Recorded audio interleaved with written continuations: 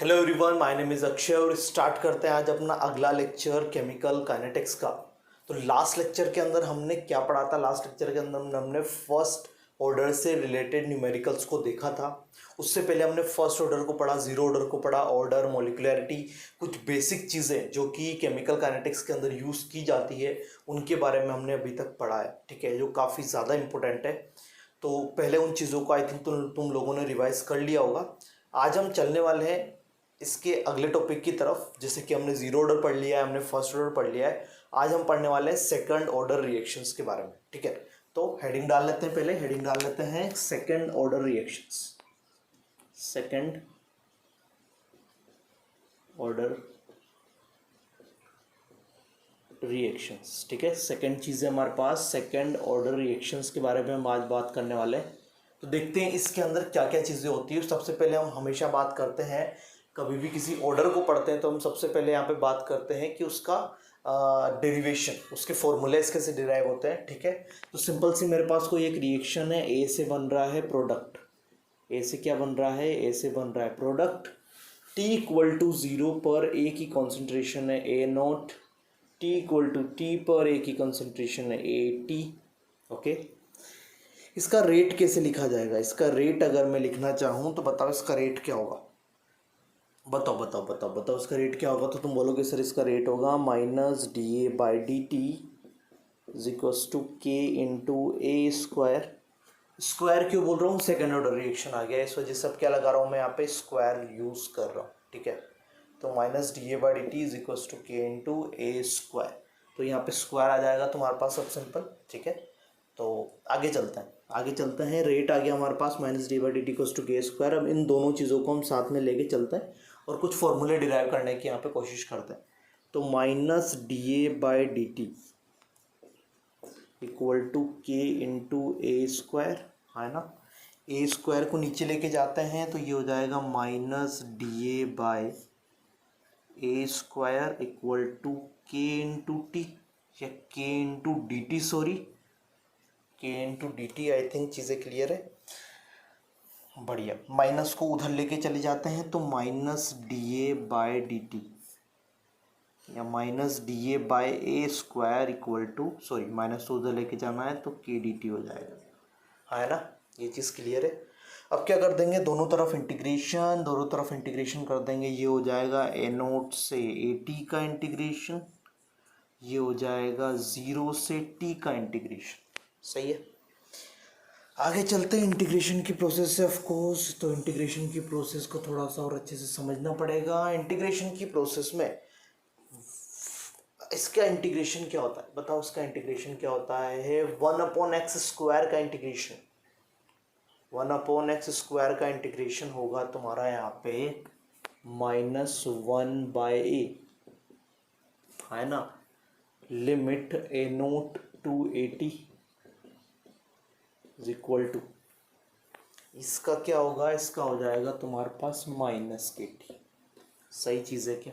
समझ में आ रहा है क्या कर रहा हूँ? सिंपल सी चीज़ है ये है। तो इसको फॉर्मूले के अंदर पुट कर देते हैं तो ये हो जाएगा 1/80, ये माइनस से माइनस क्या हो जाएगा? प्लस हो जाएगा, तो सीधा कर रहा हूँ।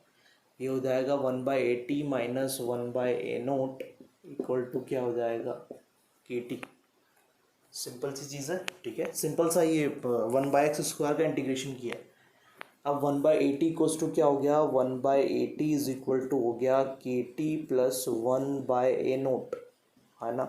बस हो गया डेरिवेशन, यही डेरिवेशन है, यही डेरिवेशन है, बस और कुछ करना ही नहीं है। तो 1/80 इक्वल टू होता है, 1/80 इक्वल टू होता है के टी प्लस 1/a नोट। कहीं कहीं पे कुछ ऐसे भी लिखा जाता है कि 1/80 minus 1/a naught equal to k t. ठीक है, तो कोई नई बात नहीं लिख रहा है, फॉर्मूले को घुमाने का मन कर रहा था उसका, तो उसने फॉर्मूले को थोड़ा सा घुमा दिया। तो कोई नई बात नहीं कर रहा है, बाकी बातें जो भी चीज़ें वो बोल रहा है वो सारी चीज़ें क्या है? सिमिलर है। तो आई थिंक तुम्हें सेकंड ऑर्डर का जो फॉर्मूला मैंने यहाँ पे डिराइव करके समझाया है वो समझ में आ गया होगा कि सेकंड ऑर्डर का फॉर्मूला होता क्या है।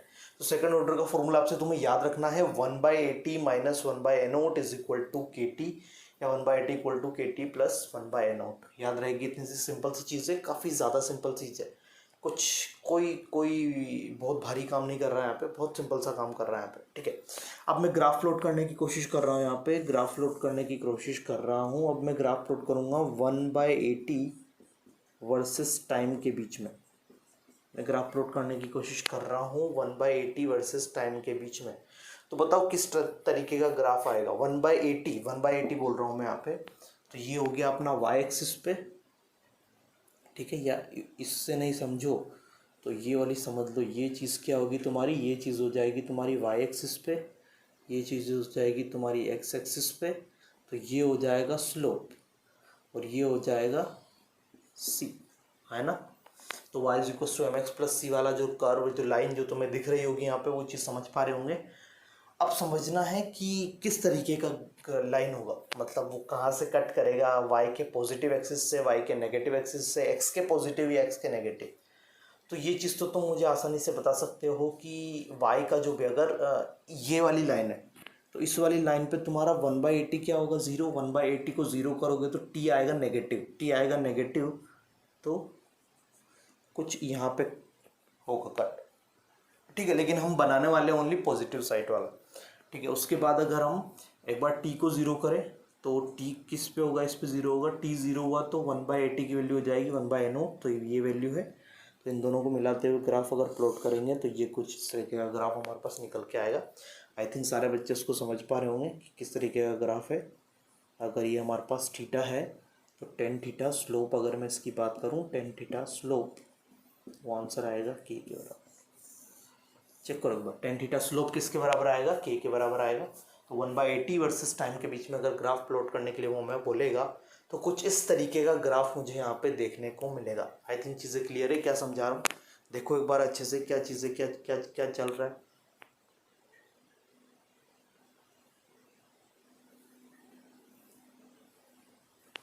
इसके बाद आगे चला जाए, ग्राफ अगर समझ में आ गया हो तो फॉर्मूला याद रखना, फॉर्मूला ऑफ कोर्स याद रखना, फॉर्मूला बहुत इंपॉर्टेंट चीज़ है। सेकंड ऑर्डर से रिलेटेड फॉर्मूले की बात कर रहे हैं हम यहाँ पे, ठीक है। तो फॉर्मूले को फिर से लिख देते हैं थोड़ा सा और अंडरस्टैंडिंग के लिए। 1/80 equal to 1/a0 plus KT, है ना। यही है ना फॉर्मूला। ये किसका फॉर्मूला है, ये सेकेंड ऑर्डर के लिए फॉर्मूला, ठीक है। ये किसके लिए फॉर्मूला है, सेकेंड ऑर्डर के लिए। याद रहेगी ऐसी चीज़, कंफर्म याद रहेगी। चल बढ़िया।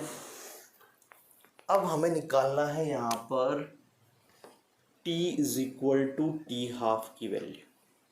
किसकी वैल्यू निकालनी है, t is equal to t half की वैल्यू निकालनी है। मतलब वो टाइम जहाँ पर हाफ रिएक्शन कंप्लीट हो जाएगी। तो बताओ t equal to t half पे क्या करोगे। t equal to t half पर AT इक्वल टू हो जाएगा A0/2, है ना। बोलो है ना, बोलो, अरे बोलो बोलो, अरे है ना, बोलो, बढ़िया। तो AT इक्वल टू हो जाएगा A0/2। तो पुट करके देखते हैं, इस वाली इक्वेशन में पुट करके देखते हैं। तो A0/2, तो 1 divided by A0/2 is equals to 1/A0 plus K into t half लिख दें इसको। कोई डाउट तो नहीं आता। ये 2 ऊपर जाएगा तो यहीं से ऊपर भेज देता हूँ मैं इसको, तो ये हो जाएगा ऊपर जाके 2, ठीक है, सीधा भेज दिया मैंने। ये 2/A0 is equals to 1/A0 plus KT। तो 1/A0 को इधर लेके आओगे तो 2/A0 minus 1/A0 equal to K into t half, है ना। अब 2 माइनस 1 कितना हो जाएगा, 1। तो 1/A0 equal to K into t half. तो यहाँ से टी हाफ आ जाएगा, चेक करोगे, 1/KA0।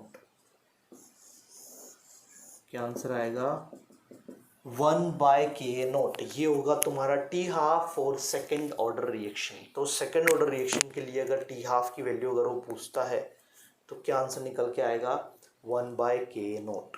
याद रखना है, इंपॉर्टेंट चीज़ें पूछा जा सकता है, ठीक है, याद रखना इंपॉर्टेंट चीज़। आगे चला जाए। टी हाफ तुम निकालना सीख चुके हो। टी हाफ कैसे निकाला जाता है, टी हाफ कैसे निकाला जाता है। टी हाफ का सिंपल सा मीनिंग क्या है कि जहाँ पे हाफ रिएक्शन कंप्लीट हो जाए। चलो एक और क्वेश्चन। यहाँ पे अगर टी हाफ की जगह तुमसे T 1/4 पूछ ले, तो किस इसका मतलब क्या है, T1/4 का मतलब क्या है? T1/4 का मतलब है कि 25% रिएक्शन कंप्लीट हो, ठीक है, 25 रिएक्शन कंप्लीट हो गया, 25 रिएक्शन कंप्लीट हो गया तो बताओ 80 की वैल्यू कितनी होगी? 25 रिएक्शन कंप्लीट हो गया तो बचा कितना, 75 मतलब 3A0/4, है ना। ये समझ में आ रहा है? ये कैसे निकाल रहा हूँ, ये निकाल रहा हूँ A0 माइनस A0/4 करके, ठीक है। बचा कितना, 80 का मतलब क्या, ए क्या रिएक्टेंट है, तो 80 मतलब 25 रिएक्शन कंप्लीट होने पे बचा कितना बचेगा, 3/4। तो इसमें पुट करके देखते हैं, इसमें पुट करके देखोगे तो क्या हो जाएगा, ये हो जाएगा अपने पास 80 की वैल्यू इतनी पुट करनी है तो 1/3A0/4 is equals to 1/A0 plus k into t 1/4, है ना। सही है, 4 ऊपर जा और 4 ऊपर भेज देते हैं, चलो 4 ऊपर चला गया, 4 ऊपर चला गया तो 4/3A0 minus 1/A0 equals to k t half T1/4, sorry k T1/4। बताओ क्या होगा, कितना होगा, 4/3 तो ये बच जाएगा 1/3A0 इक्वल टू के T1/4। तो यहाँ से T1/4 आ जाएगा तुम्हारा 1/3KA0। चेक करो, आई थिंक सही कर रहा हूँ, आई थिंक सही कर रहा हूँ, चीज़ें कोई दिक्कत वाली तो नहीं है। हाँ, तो ये हो जाएगा तुम्हारा 1/3KA0। तो कुछ इस तरीके से निकालना है, समझ में आ रहा होगा कैसे किया है। जैसे T1/4 निकालना है वैसे T3/4 पूछ सकता है, T90% पूछ सकता है। तो वो सारी चीज़ें वैल्यू यहाँ पे सिंपल सा पुट करके तुम्हें कुछ इस तरीके से उसका आंसर निकालना है, ठीक है। अब बात करते हैं यूनिट की, अब बात करते हैं यूनिट की। तो unit of rate of reaction, बताओ रेट ऑफ रिएक्शन का यूनिट क्या होगा, बताओ रेट ऑफ रिएक्शन का यूनिट क्या होगा। तो हमेशा रेट ऑफ रिएक्शन के यूनिट की बात करेंगे तो आंसर क्या आएगा, mole litre inverse second inverse. अगर टाइम को सेकंड में ले रहे हैं तो सेकंड इनवर्स, ठीक है, याद रखना इंपॉर्टेंट चीज़ है। रेट ऑफ रिएक्शन का यूनिट कभी भी चेंज नहीं होता, ये हमेशा यही रहेगा। लेकिन अगर मैं बात करूँ unit of rate constant, unit of rate constant for second order, second order, ठीक है, क्या फॉर्मूला बताया था, कुछ याद है? फॉर्मूला एक डिराइव करवाया था कि रेट कांस्टेंट के यूनिट के लिए एक formula, mole to the power 1 minus N, mole to the power 1 minus N, बाकी litre to the power n-1, बढ़िया, सेकंड इनवर्स, है ना। n की वैल्यू 2 पुट कर दो यहाँ पे, क्योंकि ऑर्डर क्या है आपके पास, सेकंड ऑर्डर है। तो mole to the power 1 minus N, litre to the power n-1, second inverse, n की वैल्यू 2। तो ये हो जाएगा मोल -1 लीटर टू दी 1 और सेकेंड इनवर्स, ठीक है। तो ये हो जाएगा तुम्हारा सिंपल सा एक फॉर्मूला, यूनिट जो है किसका, रेट कांस्टेंट का फॉर सेकंड ऑर्डर रिएक्शन। तो आई थिंक तुम्हें थोड़ी सी क्लैरिटी हुई होगी सेकंड ऑर्डर में के अंदर भी। तो जैसा कि मैंने तुम्हें जीरो ऑर्डर के अंदर बताया था कि जीरो ऑर्डर का डेरिवेशन देख लोगे, या फिर फर्स्ट ऑर्डर का, जीरो ऑर्डर का अगर समझ में आ गया होगा तो सिमिलर तरीके से मैंने तुम्हें फर्स्ट ऑर्डर का डेरिवेशन करना सिखाया, सेम तरीके से मैंने तुम्हें सेकंड ऑर्डर का डेरिवेशन करना सिखाया, ठीक है। तो बस सारी चीज़ें सिमिलर है, बस फॉर्मूलेज डिफरेंस है, कैसे आ रहे हैं वो फॉर्मूले वो भी समझा दिए, यूनिट याद रखना है, फॉर्मूले याद रखने हैं, ग्राफ प्लॉट करना आ जाना चाहिए कि कैसे ग्राफ प्लॉट हो रहा है, ठीक है। तो थोड़ी सी उससे चीज़ें क्या होगी, तुम्हारी थोड़ी सी क्लियर हो जाएगी। बाकी चीज़ें प्रैक्टिस करते रहोगे तो काफ़ी ज़्यादा इंपॉर्टेंट हो जाता है वो चीज़। तो कुछ न्यूमेरिकल्स ट्राई करते हैं यहाँ पे related to second order reaction, जो कि मैंने बोर्ड पे लिखे हुए हैं। तो एक के बाद एक न्यूमेरिकल को देखते हैं, ठीक है। फर्स्ट न्यूमेरिकल लिखा हुआ है, the initial concentration of a reactant in a second order reaction is 0.95 m, ठीक है। तो आंसर के बारे में लिख देते हैं यहाँ पे, थोड़ा बहुत कुछ लिखा हुआ है। सबसे पहले दिया हुआ है एनोट की वैल्यू जो दी हुई है 0.95 m, ठीक है। रेट दिया हुआ है, रेट कांस्टेंट दिया हुआ, सॉरी, तो के दिया हुआ है, के दिया हुआ है 0.0045, ठीक है। यूनिट समझ पा रहे होंगे तुम लोग। पूछ रहा है पहला क्वेश्चन कि 3 मिनट के बाद, यूनिट इंपॉर्टेंट है, यूनिट लिख दिया जाए, 3 मिनट के बाद क्या कॉन्सेंट्रेशन हो जाएगी, ठीक है। तो आफ्टर 3 मिनट तो फॉर्मूला यूज करते हैं 1/80 equal to 1/A0 plus KT, है ना। 1/80 की वैल्यू यहाँ पे हमें फाइंड आउट करनी है, के की वैल्यू दिया हुआ है 0.0045, टी की वैल्यू मिनट्स में दी हुई है, ठीक है। ये वाला यूज़ कर रहा हूँ, पहले इसकी जगह ये वाला यूज़ कर रहा हूँ। टी की वैल्यू हमें दी हुई है मिनट्स में, 3 मिनट्स, लेकिन जो के है ना उसका यूनिट दिया हुआ है सेकंड में, तो हमको मिनट को सेकंड में कन्वर्ट करना पड़ेगा, ठीक है। तो ये हो जाएगा 3 × 60, ठीक है, जिसकी वैल्यू हो जाएगी 180। वैल्यू कितनी हो जाएगी 180 प्लस 1/A0 कितना है 0.95, ठीक है। ये चीज़ समझ पा रहे होंगे, A0 कितना है 0.95 है। तो इन दोनों को मल्टीप्लाई करके इसमें ऐड करके यहाँ से तुम जो 80 की वैल्यू फाइंड आउट करोगे वो 80 की वैल्यू निकल के आएगी कितनी, मैं आंसर लिख देता हूँ 0.537 है, ठीक है। सीधा आंसर लिख रहा हूँ, कैलकुलेशन पार्ट है तुम लोगों को करना है, ऑफ कोर्स तुम लोग ही करोगे, कैलकुलेशन के लिए तो बने हो ज़िंदगी में। तो कैलकुलेशन वाला पार्ट कर लेना, आंसर आ जाएगा 0.537 है, ठीक है। तो पहले क्वेश्चन का जो फर्स्ट वाले का आंसर है कि कितना कंसंट्रेशन हो जाएगा 3 मिनट के बाद, वो हो जाएगा ये, ठीक है। ये क्वेश्चन कराने का सिंपल सा इतना मीनिंग है कि यहाँ पे ऐसी चीज़ हो सकती है कि तुम्हें कंसंट्रेशन मिनट्स के अंदर वो बोल सकता है कि निकालो, फिर मिनट्स इतने मिनट के बाद निकालो, और के की वैल्यू सेकंड्स के अंदर दी हुई हो, ठीक है। तो तुम वहाँ पे कन्वर्ट करना ज़रूरी है, तभी आंसर आएगा, अदरवाइज गलत निकाल दोगे। सेकंड चीज़ किया जाए, how long will it take the concentration to be reduced to 0.25 m, ठीक है। 0.25 m तक ले जाने के लिए कितना टाइम इसको लगेगा, ये यहाँ पे पूछ रहा है 0.25 m तक, ठीक है। तो समझोगे 0.25 m तक कितना टाइम लगेगा। यहाँ पे तुम्हें यहाँ पे थोड़ा सा जगह कम हो सकती है, तो थोड़ा सा इधर चलता है, ठीक है, बाद में उसको अपन यूज़ कर लेंगे, बी ऑप्शन, ठीक है। How long will it take the concentration to reduced, मतलब 80 की वैल्यू दी हुई है आपकी बार तुम्हें 0.25 है ना। फॉर्मूला लगा दो, सिंपल फॉर्मूला लगा दो, 1/0.25 is equals to 1/0.95 plus 0.0045 I think into t, है ना। ये फॉर्मूला लग जाएगा 1/80 is equals to 1/A0 plus KT वाला फॉर्मूला लग जाएगा। लगा दोगे तुम तो महान आदमी हो। तो यहाँ से टी की वैल्यू जो निकल के आएगी उसका मैं तुम्हें आंसर यहाँ पे बता देता हूँ। उसका आंसर है तुम्हारे पास 655 सेकेंड्स। 655 सेकेंड्स तुम्हें लगेंगे, तब जाके तुम उसकी कॉन्सेंट्रेशन जो है वो कितनी आ जाएगी 0.25 m निकल के आ जाएगा, ठीक है। तो कैलकुलेशन पार्ट तुम खुद करना, बेसिक कॉन्सेप्ट मैंने समझा दिया है, तो वो तुम्हें आराम से चीज़ें क्लियर हो जाएगी, ठीक है। तो ए इसका आंसर आएगा कि कॉन्सेंट्रेशन 3 मिनट के बाद कितनी हो जाएगी, तो 0.537 m हो जाएगी। और 0.25 m तक पहुंचने में कितना टाइम लगेगा, तो उसको टाइम लगेगा 655 सेकेंड्स। आई थिंक चीज़ क्लियर होगी क्या समझा रहा हूँ। बढ़िया, आगे चला जाए। तो ये तो फर्स्ट क्वेश्चन हो गया। फर्स्ट क्वेश्चन का आंसर चीज़ें सामने लिखी हुई है तो आराम से समझ पा रहे होंगे। अब सेकंड क्वेश्चन,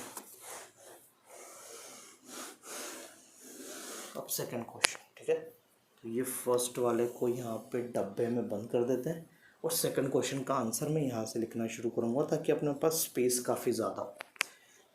लिखा हुआ है the concentration of a reactant in a second order reaction changed from 0.75 to 0.45 in 5 minutes, ठीक है। मतलब A0 दिया हुआ है 0.75 m, AT दिया हुआ है 0.45 m और T दिया हुआ है 5 मिनट्स। तो फर्स्ट क्वेश्चन तो है कि हमें के फाइंड आउट करना है, रेट कांस्टेंट फाइंड आउट करना है फॉर सेकंड ऑर्डर रिएक्शन। तो फॉर्मूला लगा देंगे simple, 1/80 equal to 1/A0 plus k into t, है ना। 80 की वैल्यू 1/0.7, सॉरी 80 है अपने पास, 1 डिवाइडेड बाय 0.45 डिवाइडेड बाय 0.75। के की वैल्यू निकालनी है, टी को मिनट्स में पुट कर दिया ताकि के की वैल्यू हम मिनट के अंदर ही निकाल पाए, ठीक है। तो यहाँ से जब तुम इसको कैलकुलेट करोगे, ऑफ कोर्स तुम ही कैलकुलेट करने वाले हो, तो उसका आंसर आएगा 0.1178, ठीक है। ये के की वैल्यू निकल के आएगी, ठीक है। कैलकुलेशन पार्ट है, खुद कर लेना, चीज़ें सिंपल है, काफ़ी ज़्यादा सिंपल है, तो आराम से कर सकते हो। सेकेंड पार्ट की तरफ चलते हैं इसके, ठीक है। इसके सेकंड पार्ट की तरफ चलते हैं। ये आंसर है B. What is the unit of k बताओगे सेकंड ऑर्डर रिएक्शन के लिए। For second order reaction, for second order reaction unit of k क्या होता है? यूनिट ऑफ के कितना होता है? यूनिट ऑफ के होता क्या है बताओगे? तो तुम पढ़ चुके हो वैसे तो कि mole to the power -1 litre to the power 1 second inverse. लेकिन यहाँ पे ऑफकोर्स मिनट के अंदर हमने यूज़ किया हुआ है, मिनट के अंदर यूज़ किया हुआ है, तो मैं यहाँ पे इसको मिनट इनवर्स यूज़ कर लेता हूँ। ठीक है, और ये चीज़ क्या लिखी हुई है? ये चीज़ लिखी हुई है m टू द पावर -1। ठीक है, m मतलब concentration to the power -1 minute inverse. तो ये तुम्हारा यहाँ पे यूनिट हो जाएगा कि यहाँ पे k का यूनिट क्या होगा? m to the power -1 minute inverse. I think चीज़ क्लियर हो रही होगी क्या समझा रहा हूँ यहाँ पे। बहुत ज़्यादा सिंपल सी चीज़ है जो आराम से अगर चीज़ों को समझोगे तो आराम से चीज़ों को यहाँ पे समझ सकते हो। ठीक है, तो सिंपल सा हमने यहाँ पे यूनिट निकालने की कोशिश की। जो यूनिट की वैल्यू हमारे पास क्या निकल के आई? यूनिट की वैल्यू हमारे पास निकल के आई simple m to the power -1 minute inverse. ठीक है, what is the half life of this reaction? Half life कैसे निकालेंगे? तो टी हाफ, टी हाफ कितना होता है? टी हाफ होता है बताओ 1/k इंटू ए नोट, है ना। ये वैल्यू होती है टी हाफ की 1/k ए नोट। के की वैल्यू कितनी है? हम निकाल चुके हैं के की वैल्यू 0.1 डिवाइडेड बाय 0.0 सॉरी 0.0 नहीं 0.17778 into 10 to the power into A naught. A naught कितना है अपने पास? ए नोट है 0.75, तो ये वैल्यू हो जाएगी 0.75। ऑफकोर्स वैल्यू पुट करके तुम्हें कैलकुलेशन पार्ट करना है। मैं सीधा आंसर लिखूंगा, इसका आंसर आएगा 7.5 मिनट्स। आंसर आएगा 7.5 मिनट्स। मतलब इतना टाइम लगेगा तब वो आधा रिएक्शन, हाफ रिएक्शन वहाँ पे कंप्लीट होगा। तो ऑफकोर्स इम्पोर्टेंट है कि हाफ रिएक्शन को कंप्लीट होने में कितना टाइम लगेगा। तो हाफ रिएक्शन को कंप्लीट होने पे यहाँ पर टाइम लगेगा 7.5 मिनट्स। आई थिंक चीज़ें क्लियर हो रही होगी क्या समझा रहा हूँ। तो ये तुम्हें 2 क्वेश्चंस करवाए related to second order reaction, जो कि काफ़ी इजी थे। ऐसे ही क्वेश्चन होते हैं। एक और चीज़ यहाँ पे मैं तुम्हें लोगों को समझाना चाहूँगा कि सेकंड ऑर्डर के अंदर 2 टाइप होता है। ठीक है, 2 टाइप से रिलेटेड का मतलब क्या है मेरा, उसको मैं बाद में तुम्हें करवाऊंगा, फिलहाल अभी नहीं करवाने वाला हूँ, अदरवाइज तुम काफ़ी ज़्यादा कंफ्यूज हो जाओगे। देखो सेकंड ऑर्डर के अंदर रेट जो होता है वो 2 तरीके से लिख सकते हो। एक तो rate is equals to K square. ये कब लिख पाओगे? जब ओनली 1 रिएक्टेंट है। ये कब लिख पाओगे? जब ओनली 1 रिएक्टेंट है ना। लेकिन इस अब रेट कैसे देखते हैं कि किसी रेट लो के अंदर यहाँ पे जो एक्सप्रेशन होता है उसकी पावर पे जो भी वैल्यूज लिखी होती है उनका सम। एक तो ये चीज़ हो सकती है, एक और ये भी तो हो सकता है कि rate equals to k into A into B, है ना। दो अगर अगर अगर कहीं पे 2 रिएक्टेंट्स आ गए, 2 रिएक्टेंट्स अगर कहीं पे आ गए तो ये चीज़ यूज़ होगी। अब यहाँ पे अगर तुम देखोगे तो यहाँ पे पावर 1, यहाँ पे पावर 1, तो 1 + 1 कितना हो गया? 2 हो गया। तो ये भी एक सेकंड ऑर्डर रिएक्शन, लेकिन यहाँ पे रिएक्टेंट कितना है? 2 है। मैंने जो भी तुम्हें आज कैलकुलेशन बताई है वो किससे बताई? Related to 1 reactant. ठीक है, इसके बारे में मैं सबसे लास्ट में बात करूंगा क्योंकि काफ़ी कुछ कॉम्प्लिकेटेड फॉर्मूला है, सीधा याद रखना है और काफ़ी ज़्यादा इंपॉर्टेंट नहीं है, बिल्कुल ज़्यादा इंपॉर्टेंट नहीं है। ज़्यादातर चीज़ें हमारी यहाँ से सॉल्व हो जाएगी तो ऑफकोर्स हम इसी को फॉलो करेंगे, लेकिन इसके भी फॉर्मूले मैं तुम्हें बाद में करवा दूंगा, तो उसकी टेंशन तुम्हें लेने की ज़रूरत नहीं है।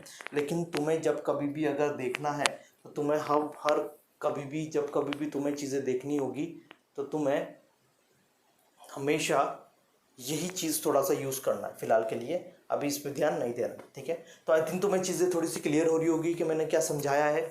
आज के पूरे लेक्चर के अंदर हमने सेकंड ऑर्डर रिएक्शंस के बारे में देखा, सेकंड ऑर्डर रिएक्शंस क्या होती है, उनसे रिलेटेड न्यूमेरिकल्स, ग्राफ, फॉर्मूलेस। ठीक है, तो आई थिंक वो चीज़ें तुम्हें थोड़ी सी क्लियर हुई होगी और तुम्हें थोड़ी सी चीज़ें समझ में आई होगी। अब जा सकते हो तुम वो न्यूमेरिकल्स ट्राई कर सकते हो related to zero order, first order, second order, ताकि तुम्हें थोड़ा सा और कॉन्सेप्ट बिल्ड करने में आसानी होगी। बाकी लेक्चर के नोट्स तुम्हें डिस्क्रिप्शन बॉक्स के अंदर वहाँ पे मिल जाएंगे, तो तुम आराम से जाके वहाँ से लिख सकते हो। बाकी मिलते हैं अगले लेक्चर में नई चीज़ों के साथ और कुछ और नए कॉन्सेप्ट्स के साथ। तब तक के लिए मेरी तरफ से